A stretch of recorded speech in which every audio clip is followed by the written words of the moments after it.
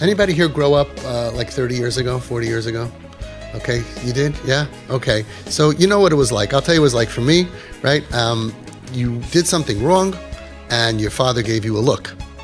What did you do when you got that look? You immediately took stock of, what did I just do? And you undid it, or you stopped doing it, and you backed out. Like, I remember one time I brought the Jewish press to the Shabbos table. You don't bring a newspaper to a Shabbos table. Today, we wouldn't say that. Today, we're happy you bring your pants to the Shabbos table. You're wearing pants, you could bring whatever you want. But in those days, you don't bring a newspaper, and I was a little kid, I don't know, 8, 9, something like that. And I brought Jewish press to the Shabbos table, and I got a look. I immediately froze, slowly backed away from the Shabbos table, walked backwards to where I came from, and that was it. Try it today. Try it today. You look at your kid, nothing. They have no idea what you're talking about, so you start looking like, people practice this in the mirror. They like waiting for the fire to come out, like Reb Shimon Bar Yochai to shoot, and they start going, is it working? Do you see anything? Do you see a little fire, a match, something, an arrow? Nothing. You do this to your kids, and finally the kid turns to you and says, what's wrong with your face? Nothing. And you say, look at what you did. It's, bug off. Like it's just like totally not happening over here. This whole thing, like, why can't I bring it? Who said, you got nothing. You want to talk about like, do this, do that. It doesn't matter. It doesn't work. But Baruch Hashem, we do have tools, right? We see that Tzvai Petch, Whack Whack, that was my first manual that I wrote. It's a 2-page book, How to Be Mechanech Children. It was the front hand and then the back hand. And it was just, you practiced it. And you could also administer as needed. You don't have to wait 4 hours in between. It was just like, as needed. And you don't even have to do it. You just went like that, and right away everybody, like that. Okay. Rabbi Yitzchak Zilberstein says, today in our dar, there is avira of merida.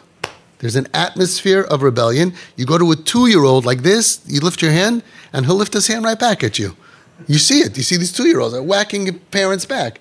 And we're happy if the kids don't beat us up. But we have something to replace Tzvai Petch. It has to be Tzvai. It has to be 2. 2 hugs.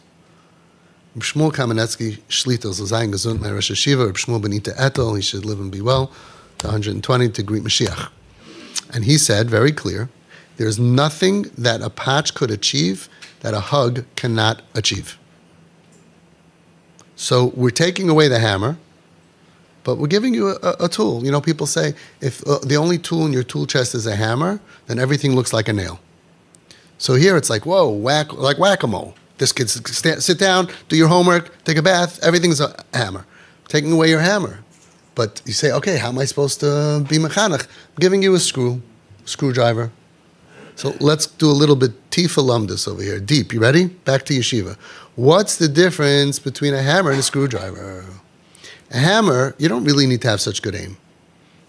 Basically, you whack it.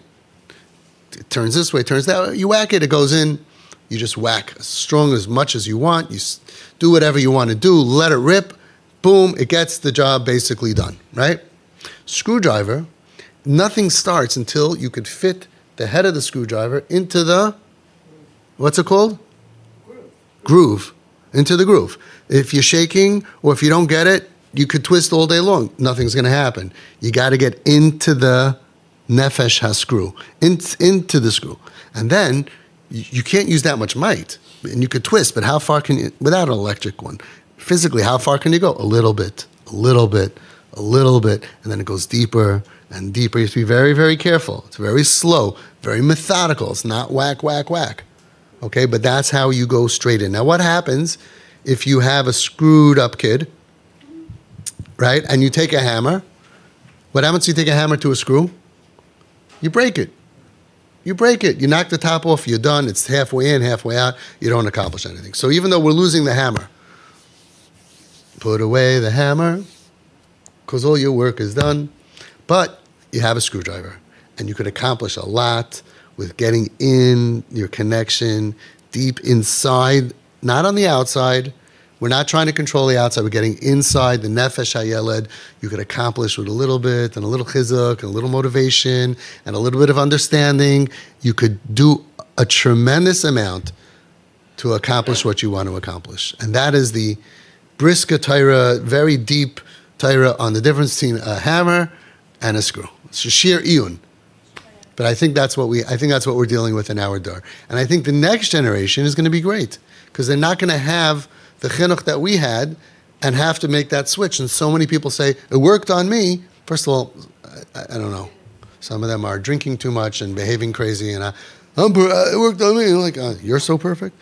But maybe it basically held society, but we can't do that anyway. For whatever reason, it doesn't work. And the Gedolim who are old, over 90, right? Like Steinman said, there's no chutzpah in our dar. Right? Read Raising Royalty or do your own research, what the Gedolim said about our dar. They're very sensitive, and if you want to accomplish, there is ways to accomplish, but it takes patience. It takes good midos. It takes... I remember the story. I think it's in Raising Royalty, but I never read Raising Royalty. So it's either, I think it's Rabbi Zalman, Zatzal, or something like that, where he was in a classroom and he kept on going out and pacing the hall and going back in. He went back out, and they asked him, like after 3 times, why do you keep going out? He said, because this kid is driving me crazy, and I paced the hall saying, covered for a child is the same importance as covered for an adult. Children are people too. Don't be mavayishim. Control myself. And every time he felt like he's losing his patience, he walked the halls to get a hold of himself. And we see from Gedolim, they talk about that a child they're little, so we get confused, but they're little people. They have emotions. They get hurt. And if we break them, we're dealing with a lot of adults that are broken by people who love them. Their parents, their schools, and they were broken from life, and they suffer for their whole life, many of them. Many of them suffer their whole life from their father, from their mother. It's like, wow, you would have been much better off not doing any chinuch than to do chinuch that damages the child. Rabbi Yitzchak Zilberstein says that. Shlita Zayin Gesund, he says that the first rule of chinuch is do not cause harm. Loi lekalkel nefesh hayeled. Brings it down in Aleinu L'Shabeach. I quoted in Raising Royalty. Loi lekalkel nefesh hayeled. And he says, dahainu, that there are many times that your response should be nothing. Rather than entering a situation where you're not going to make the kid better and you're going to do damage. Loi lekalkel nefesh hayeled is number 1. Now, if you can do chinuch properly in a way that's constructive, yeah. But if not, people say, but I should do nothing. Well, if your 2 choices are doing nothing or damaging your child, potentially, even risking it, yeah, do nothing. For sure. Because we have so many adults that are damaged. And that's a problem. So we're not going to damage our kids.